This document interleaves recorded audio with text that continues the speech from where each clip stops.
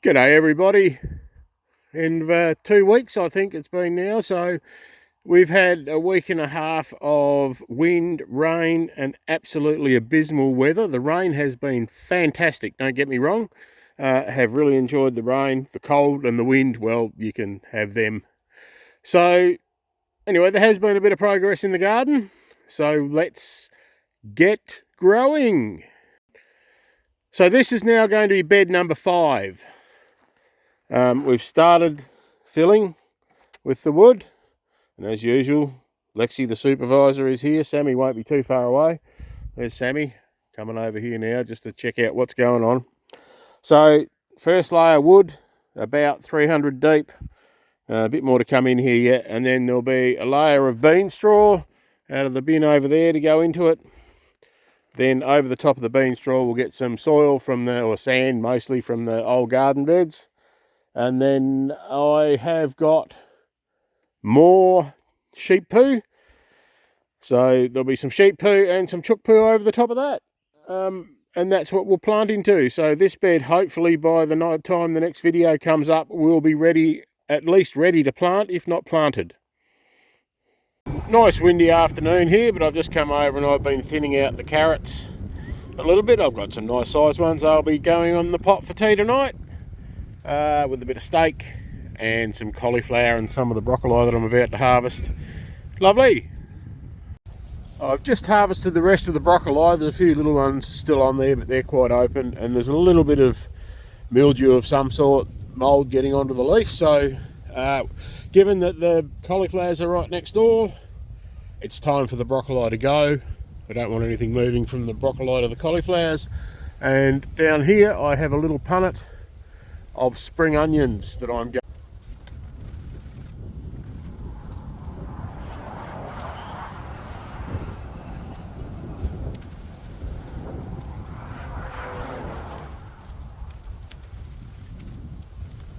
That soil's probably a little bit drier than I thought it might have been, so I might have to be giving it a little bit more water in the mornings and not just relying on the rain. Anyhow, this little lot's going to go over into the compost, and then we'll put the spring onions in. I'll get my little cultivator and I'll just stir up around the garlic plants there a bit. Sammy's coming up to help again, as usual. I'm not going to separate out the spring onions from the little clumps, so I'm just going to plant the little clumps as are.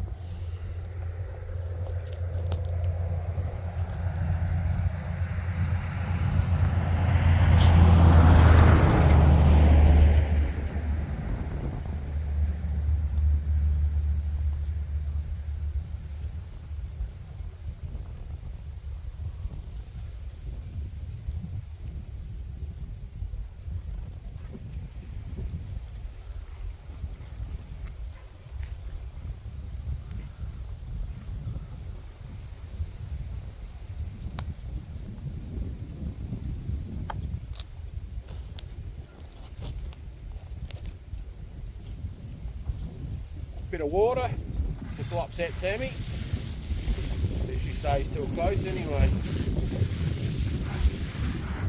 I'll give the whole bed a bit of a drink, given that I think it's a bit drier than it should be.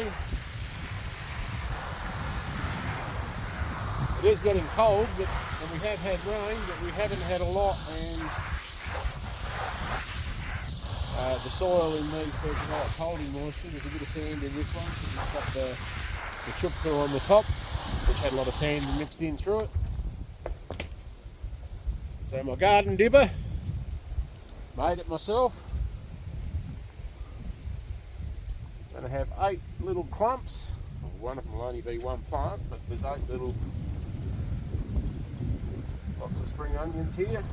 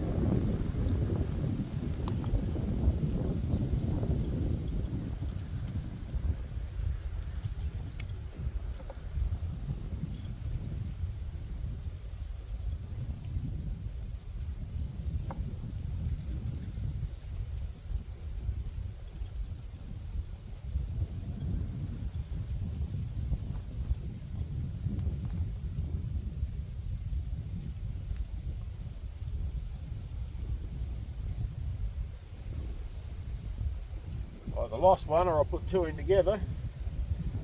That's all right.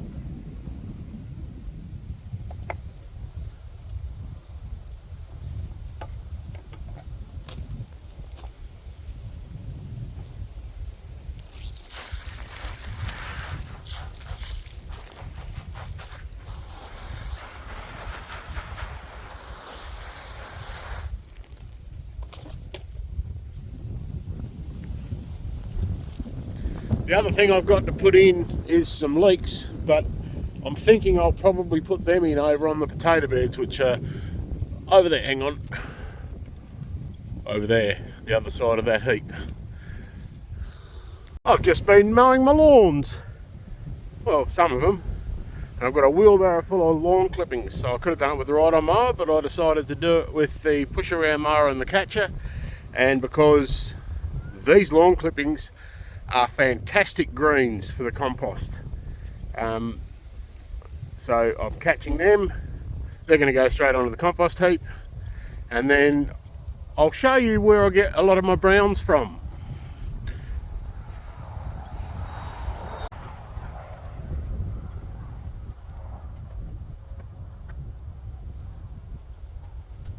Here I am in my other little happy place, the garden's one, this is the shed. And one of the things I do quite a bit of is wood turning. And one of the side products of wood turning is wood shavings. And they make absolutely magnificent browns for your compost because they're already cut up nice and small. So they break down very quickly. So that's your high source of carbon. You get those nice wet greens off the lawn and you have a good compost mix. Not sure how it goes for worms. I might try that when I start my worm farm up, but they may not like the wood. Anyhow, if you're interested to have a look, I'll put the link to my wood turning channel in the comments to this. And that's my compost recipe. Here we go, the sheep poo is being replenished. So another trailer load, that'll last me a bit longer now because I've only got a couple more, or one more spud bed to do.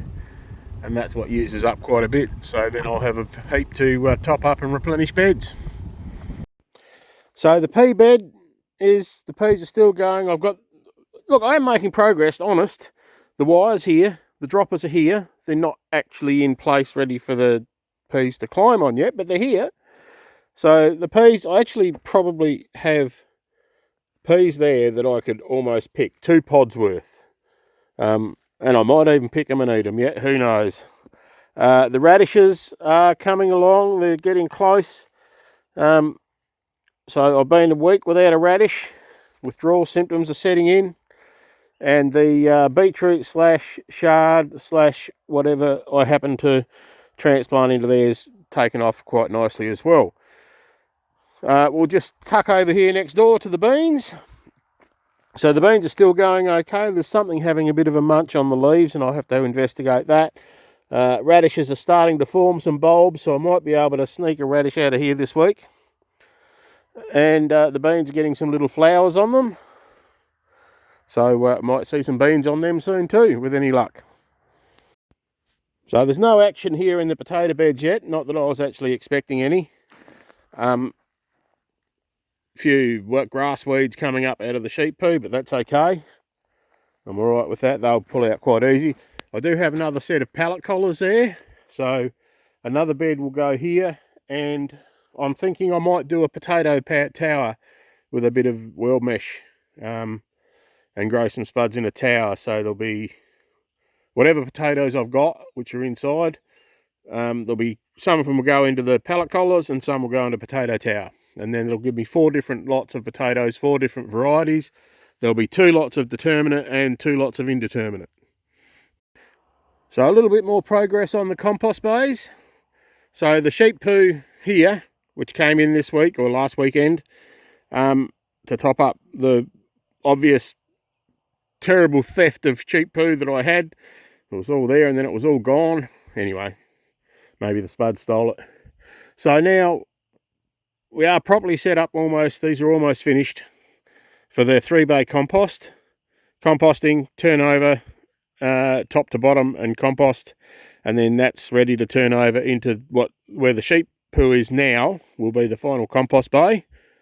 And then this bay here will be my manure bay. So sheep poo, chook poo, all of those things will finish up going in there. And I think I'll make that a double length bay so I can actually back my trailer right into it. And I might even make it a double bay out this way as well. And then my plan is to do another bay over here that I will chip my wood chips into. So I'll have a spot that I can have wood chips ready to go and collect at whatever point I want to do it. So this is all growing through here now, so that's going to be interesting pulling that all out and chipping it, but we'll be up to it. So sheep poo, we'll finish up there. This will be the final compost bay of the 3-bay compost, and this along here will act as a little barrier, wind barrier or whatever, to stop the wind coming in through the veggies a bit. So bed 4.